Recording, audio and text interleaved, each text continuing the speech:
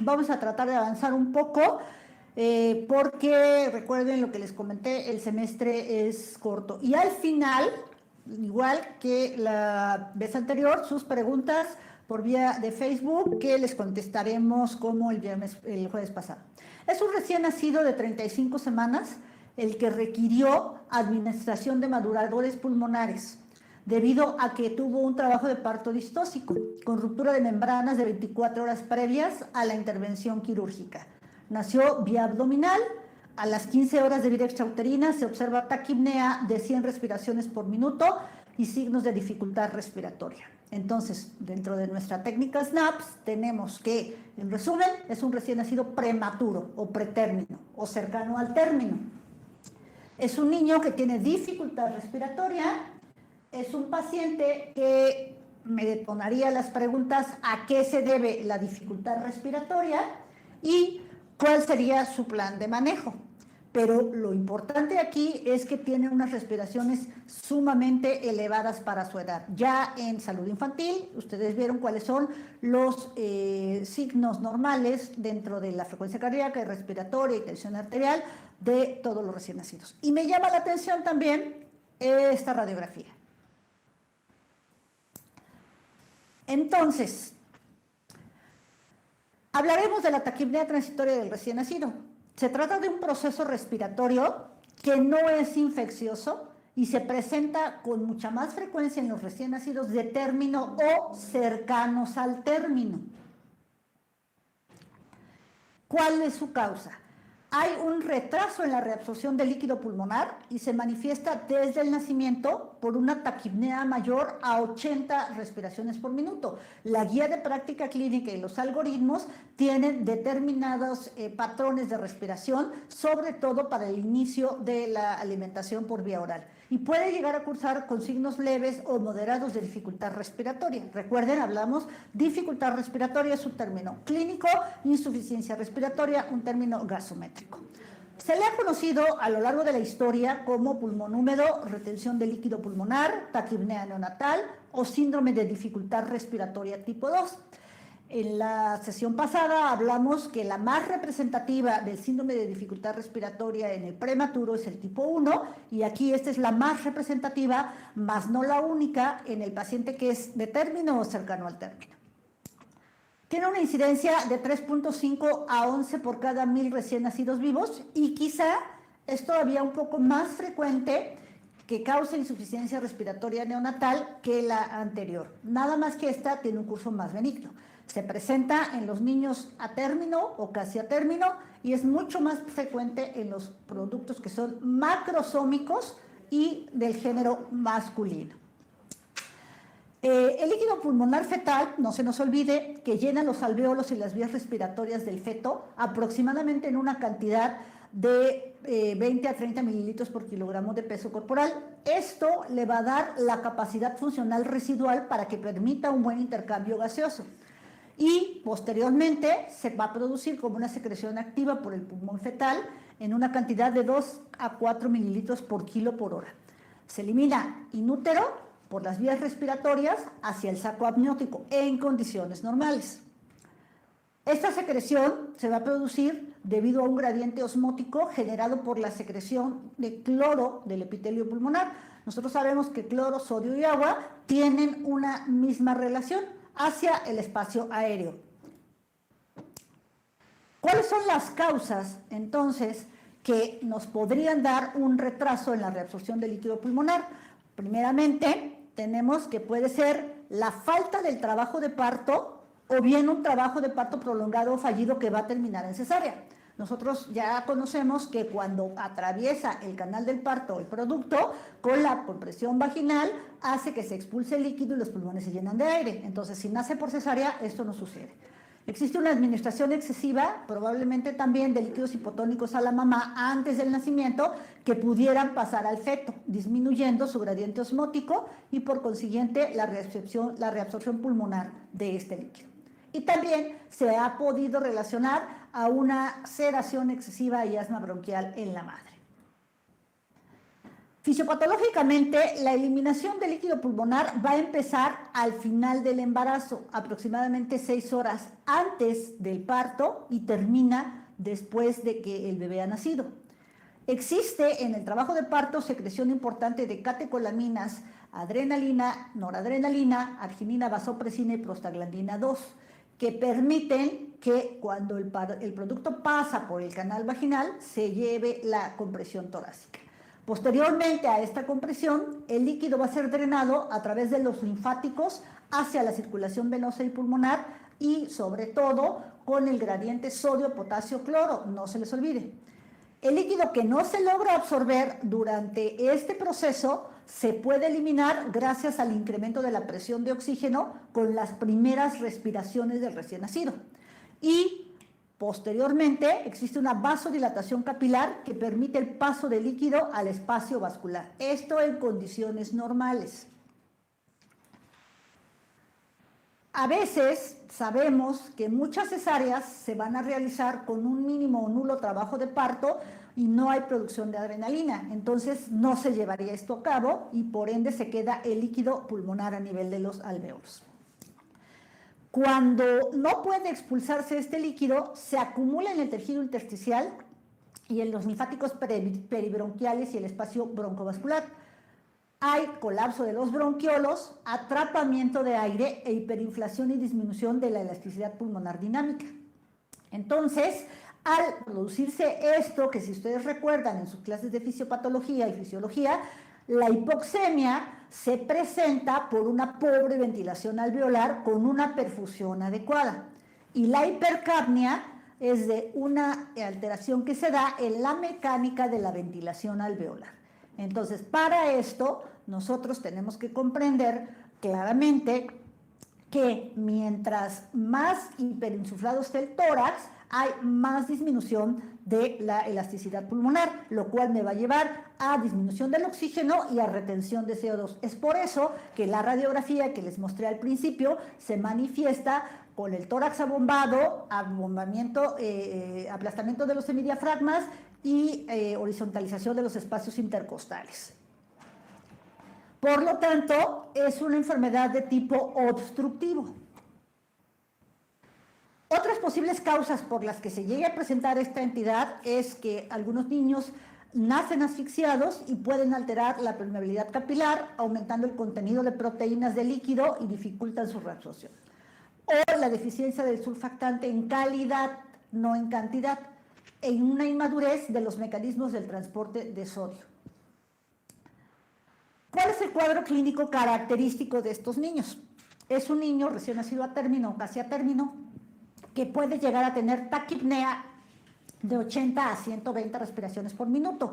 Acuérdense aquí, taquipnea son respiraciones rápidas y superficiales y polipnea, respiraciones rápidas y profundas. Hay poca evidencia de datos de dificultad respiratoria y a veces el paciente puede estar cianótico. El tórax está abombado, se palpa el hígado y el vaso por el desplazamiento que hace el diafragma de estos órganos y los signos habitualmente, a diferencia del síndrome de dificultad respiratoria tipo 1 que suele presentarse inmediatamente al nacimiento en la mayoría de los pacientes, puede prolongarse hasta 6 horas después de este. En las formas leves dura de 12 a 24 horas y las graves pueden tardar hasta 72 horas. Entonces podemos ver un niño de término, cercano al término, en general no está asfixiado, nace por cesárea, muestra datos de dificultad respiratoria, posteriormente insuficiencia respiratoria y el signo pivote es la taquipnea. Podemos tomar oximetría de pulso, lo que maneja el manual de reanimación neonatal durante los primeros 10 minutos y el laboratorio solamente lo tomaremos para hacer el diagnóstico diferencial, ya que esto es por exclusión. Es decir, si yo tengo dudas si se trata de una neumonía o alguna otra patología pulmonar, entonces sí tendré que tomar un laboratorio. Normalmente, si lo tomo, la biometría hemática será normal, los hemocultivos son negativos y la gasometría me puede dar hipoxemia y acidosis leves. Radiológicamente, esta placa es muy parecida a la que les presenté al principio, tiene datos de sobredistensión pulmonar, hiperclaridad, congestión ileal importante, hay datos de cisuritis porque no se reabsorbió este líquido, como lo podemos ver aquí. Hay los ángulos costofrénicos y espacios intercostales se ven horizontalizados. Entonces vemos un tórax abombado, se cuentan aquí más de 8 espacios intercostales, que normalmente son 8 en el recién nacido, datos de cisuritis, aplastamiento de los semidiafragmas y corazón pelúcido. ¿Con qué hacemos diagnóstico diferencial? Bueno, tenemos sepsis, neumonía, síndrome de dificultad respiratoria tipo 1 o cualquier otra patología que me dé síndrome de dificultad respiratoria, como pudiese ser una hernia de Bogdalek, una cardiopatía congénita, hipertensión pulmonar y hemorragia pulmonar. En este cuadro que maneja Martínez y Martínez, les dejamos cómo se puede hacer el diagnóstico diferencial de síndrome de dificultad respiratoria, síndrome de aspiración de meconio, neumonía y taquipnea transitoria del recién nacido. Es importante evaluar los antecedentes, la exploración física, la condición radiológica y las complicaciones que puede tener. Lo pueden ustedes leer en sus libros. Vámonos al algoritmo del diagnóstico de taquipnea transitoria del recién nacido, que es muy importante. Entonces, vamos a checar. Si tengo un recién nacido que presenta dificultad respiratoria dentro de las 3 primeras horas de vida, recuerden, puede prolongarse hasta las 72, tengo que ver antecedentes obstétricos. Si la mamá es diabética, si el parto fue pretérmino, si el nacimiento fue por cesárea, si fue por parto, si es prematuro, si es de término, cercano al término. Posteriormente hago la historia completa de los antecedentes obstétricos y la exploración física. Si necesito tomar estudios de laboratorio y la gasometría es con una PaCO2 normal o hay ligera retención y la presión parcial de oxígeno está menor a 60, no se trata de taquipnea transitoria del recién nacido y tengo que hacer un diagnóstico diferencial. Si esto es, por el contrario, la PaCO2 normal, discreta, retención de CO2 y la PaO2 está mayor a 60, entonces sí se puede tratar de una taquipnea transitoria del recién nacido. Si le voy a tomar una radiografía de tórax y encuentro signos de atrapamiento de aire, aumento de la trama parailiar, leve cardiomegalia y cisuritis, se trata de taquipnea. Si no, tengo que hacer un diagnóstico diferencial. A la exploración física, la taquipnea con frecuencia respiratoria mayor a 60 por minuto, dificultad respiratoria de leve grado, ¿sí? De acuerdo al Silverman-Andersen que ustedes conocen. El niño que se pone caso grave de taquipnea transitoria puede tener cianosis, si puede existir campos pulmonares sin estertores y saturación menor de 80, veré si se trata de tomar una gasometría, una placa o una biometría hemática. Y entonces recurro al mismo algoritmo. Si la biometría hemática es normal, es una taquipnea transitoria del recién nacido. Si no es normal, tengo que hacer un diagnóstico diferencial con alguna otra patología. En general, no hay complicaciones para este tipo de pacientes.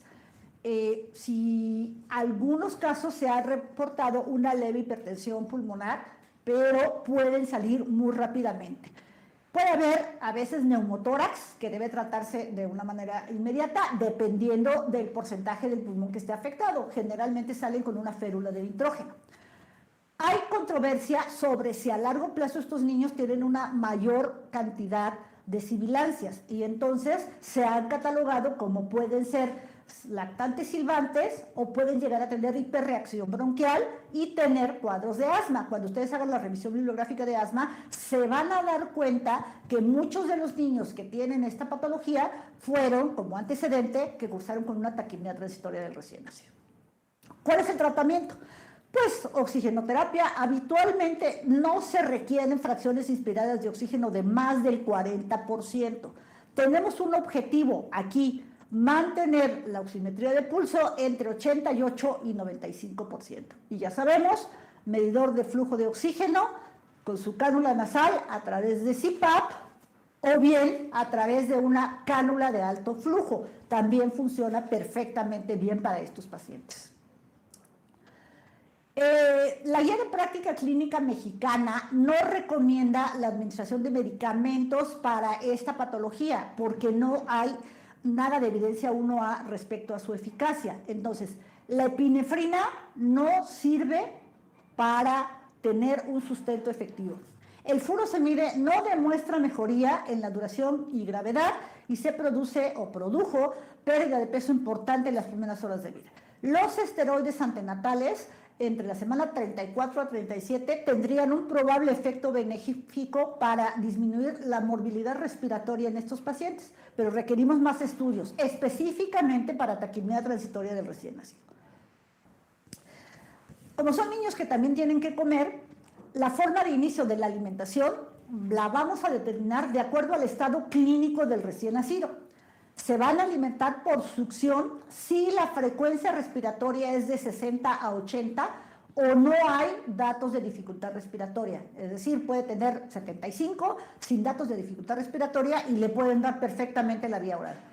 Van a suspender la succión y se van a alimentar con una sonda orogástrica. Recuerden, orogástrica porque son respiradores nasoabdominales los pacientes, siempre y cuando la frecuencia respiratoria esté arriba de 80. O bien, si no tiene arriba de 80, pero tiene datos marcados de dificultad respiratoria, es decir, Silberman arriba de 3, o durante la succión hay cianosis, entonces el paciente tendrá que ser alimentado por una sonda. También, otra de las causas es, puede tener menos de 80, pero si baja la saturación, entonces tendré que suspender la alimentación y le tendré que poner una sonda.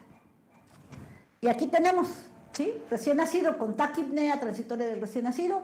Desde que ustedes sospechan, tomo las siguientes medidas. Mantenerlo en un ambiente térmico neutro para que no pierda temperatura, valorar el tipo de alimentación dependiendo de su condición clínica y el oxígeno para mantener una saturación entre 88 a 95. Nos dice, frecuencia respiratoria entre 60 y 80 y Silberman menor a 3, alimentación por succión. Frecuencia respiratoria mayor a 80 y Silberman-Andersen menor a 3, alimentación por sonda orogástrica.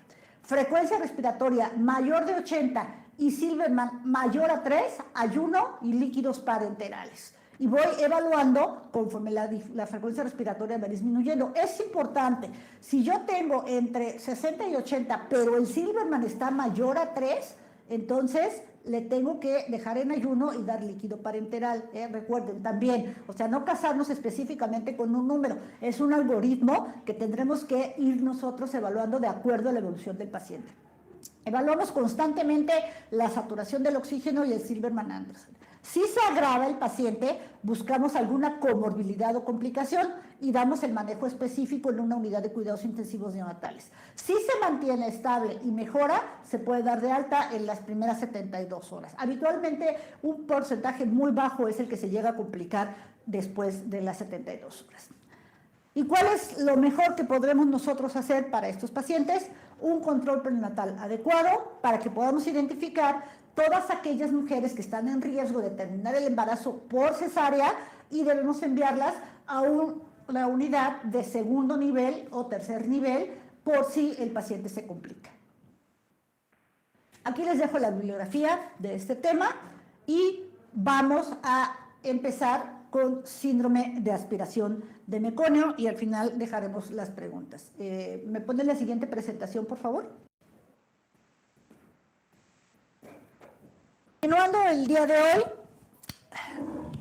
tenemos a un recién nacido masculino obtenido por cesárea de emergencia del cuarto embarazo. Una madre de 39 semanas, de 39 años. El producto es de 42 semanas de edad gestacional debido a que la mamá sufrió de preeclampsia con también desproporción cefalopélvica y sufrimiento fetal agudo que se diagnosticó 1 hora antes del nacimiento mediante el monitoreo fetal.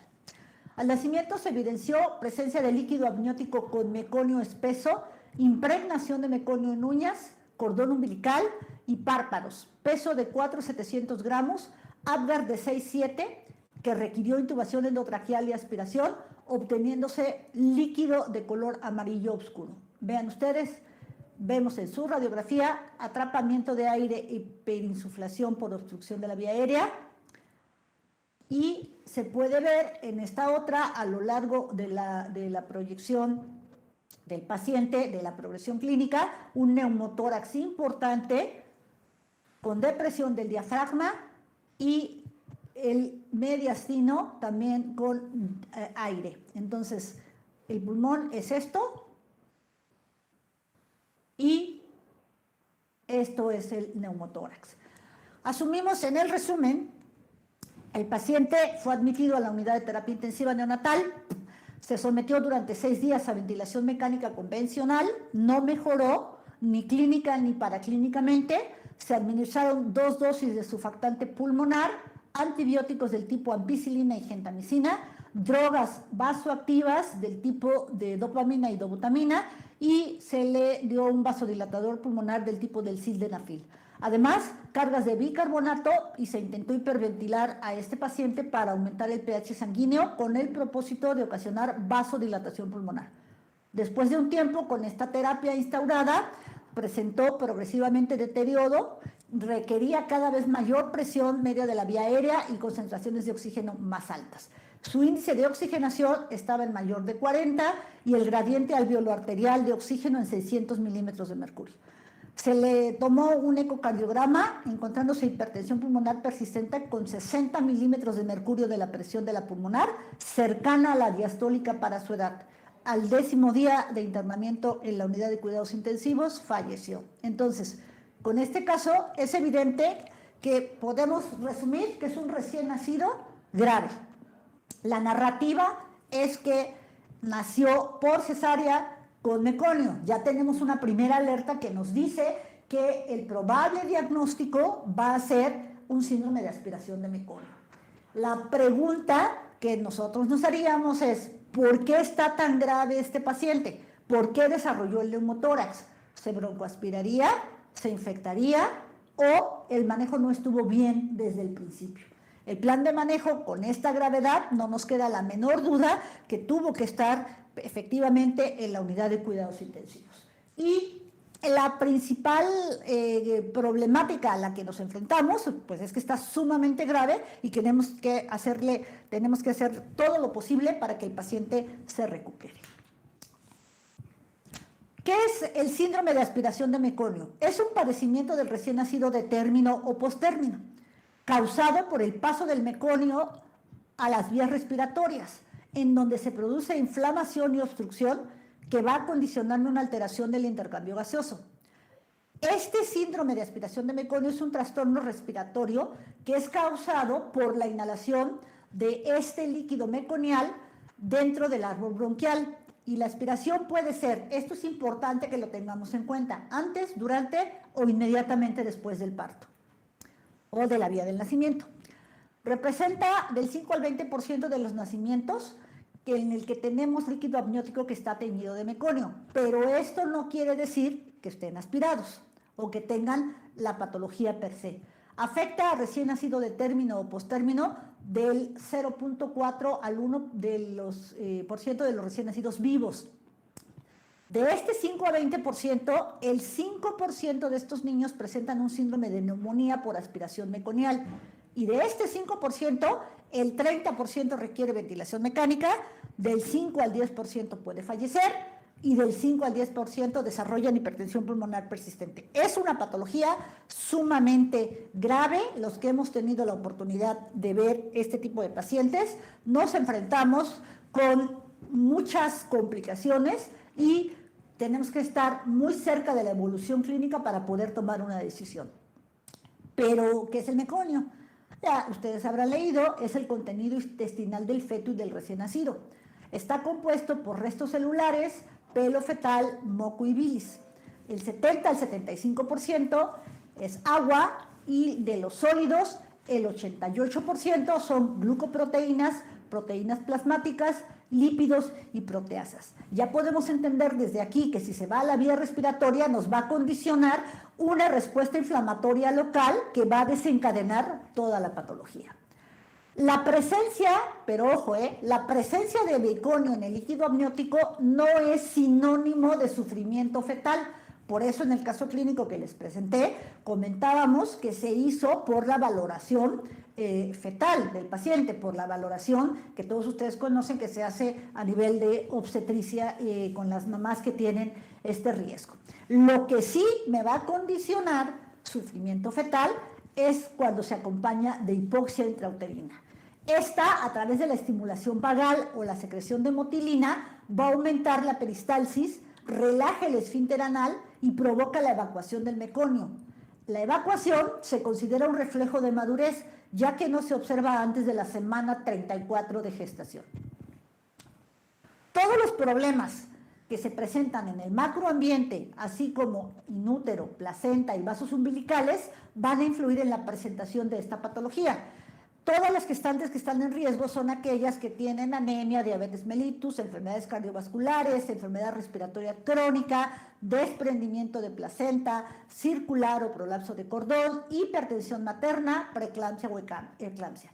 Y cualquier evento que condicione hipoxia o isquemia a nivel placentario va a hacer que haya sufrimiento fetal, que el paciente se evacúe inútero y que se vaya hacia la vía respiratoria. Finalmente, es materia fecal que me va a condicionar una neumonitis química primero y posteriormente una neumonía por aspiración.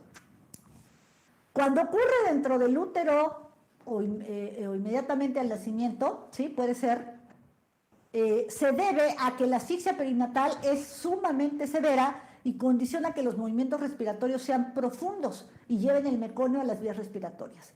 Esto es cuando ocurre inmediatamente al nacimiento o in útero. Y al nacer, con las primeras respiraciones, si el niño tuvo hipoxia o asfixia perinatal, con las primeras respiraciones, el meconio que está en la boca, en la faringe o laringe, se puede aspirar y llegar a la vía respiratoria. ¿Cuáles son los mecanismos por los que se va a producir esta enfermedad? En primer lugar tenemos el mecánico, al obstruirse las vías aéreas en forma total o parcial. Ocasiona una neumonitis de tipo químico, favorece la proliferación de microorganismos, altera la función del surfactante, causa una respuesta inflamatoria mediada por citocinas como la interleucina 8, el factor alfa de necrosis tumoral, que era lo que les comentaba, que me va a condicionar una respuesta inflamatoria local y por ende me va a dar esta enfermedad de manera importante. Permítanme un segundo.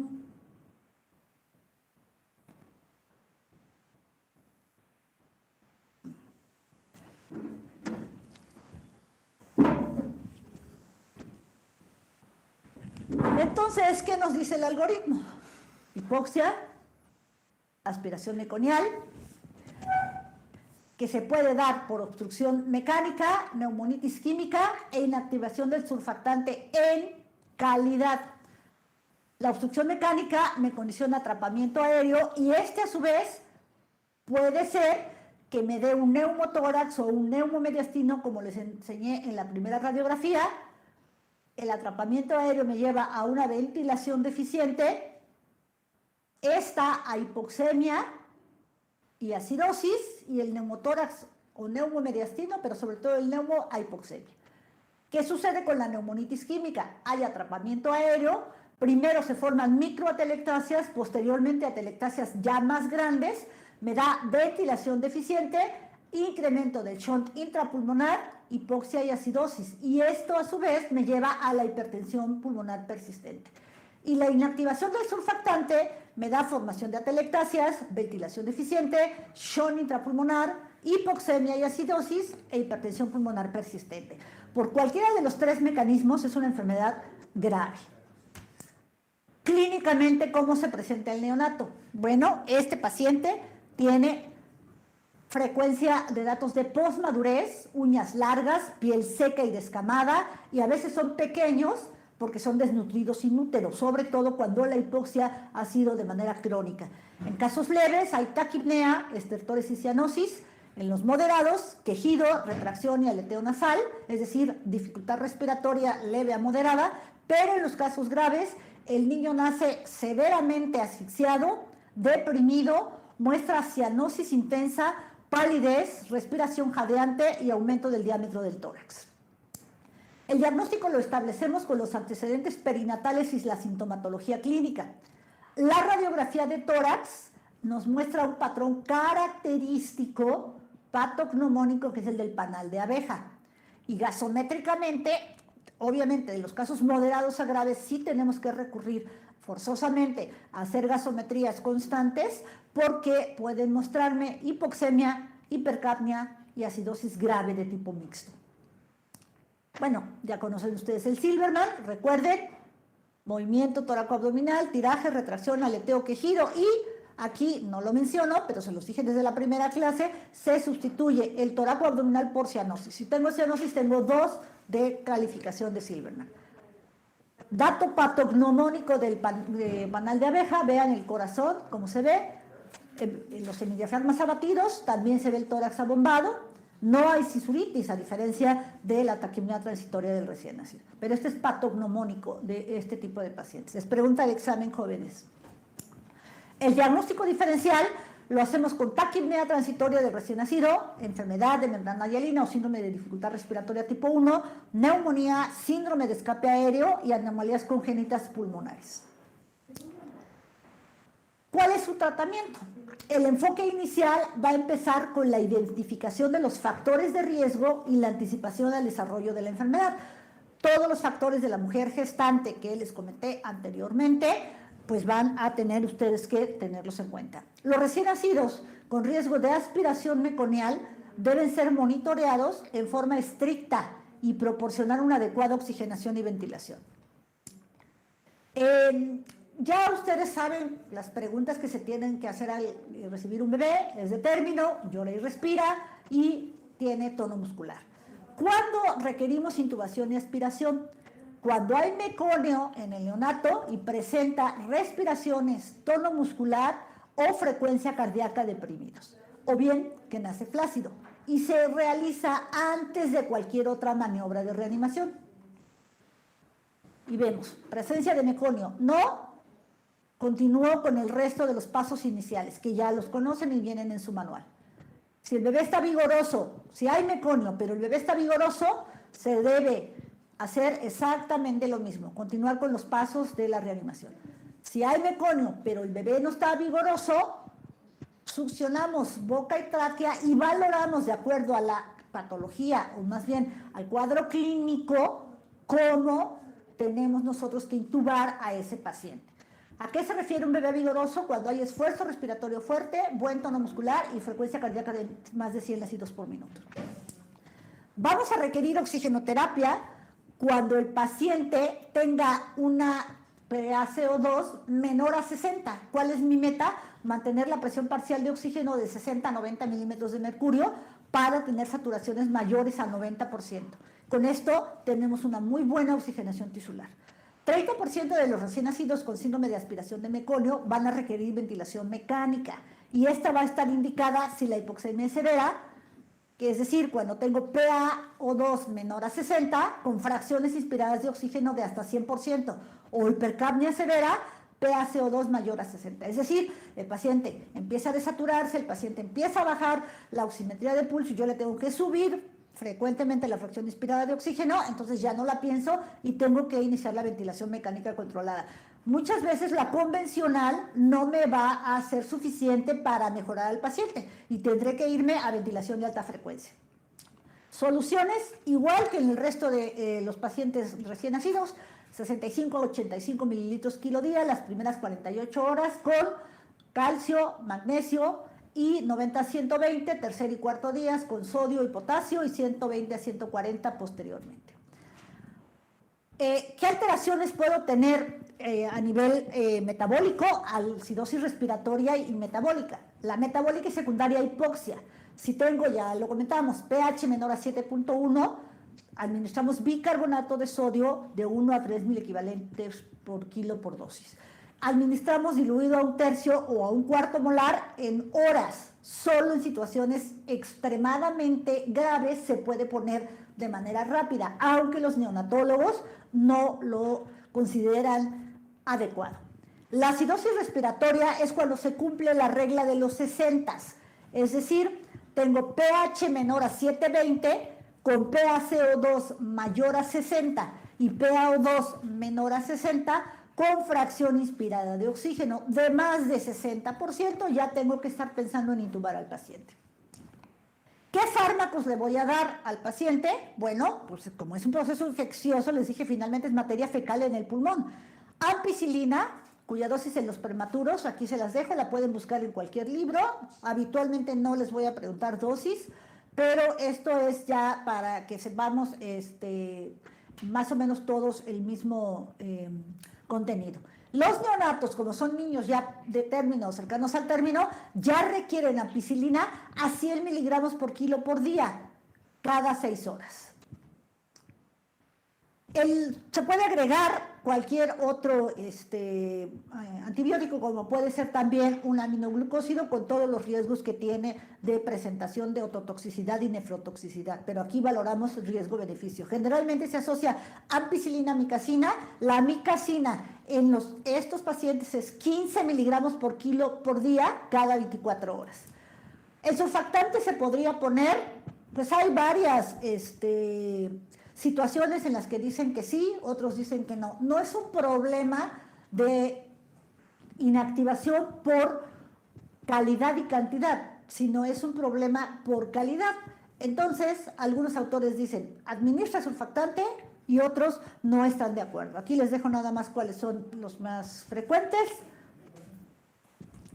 Hasta el momento sabemos que la única vía para administrar el surfactante, si es que así se decide en esta patología, es la vía endotraqueal. La instilación por broncoscopía parece ser mucho mejor, pero la administración implica más complejidad porque necesitamos un broncoscopio y unas cánulas de mucho menor tamaño que las habituales. Y podemos utilizar Curosurf, 2.5 mililitros por kilo, y una segunda dosis, 1.25 mililitros por kilo. Exosurf, 5 mililitros por kilo. Infasur, 3 mililitros por kilo. Survanta, 4 mililitros por kilo. Y este último, 175 miligramos por kilo. El pronóstico suele ser favorable siempre y cuando se dé un tratamiento oportuno y no haya complicaciones. Es muy malo cuando tengamos un diagnóstico tardío y tenga complicaciones. Si es cardiópata, si se agrega sepsis, si se agrega enterocolitis necrosante, si tiene un problema agregado de neumotórax, de neumomediastino, si hace hemorragia del sistema nervioso central, pues todo se va complicando y podemos tener mucho tiempo de estos pacientes en las unidades de cuidados intensivos y tratar cada una de las mismas. Esa es la bibliografía. Y ahora sí, jóvenes, esperamos las preguntas respecto a estas dos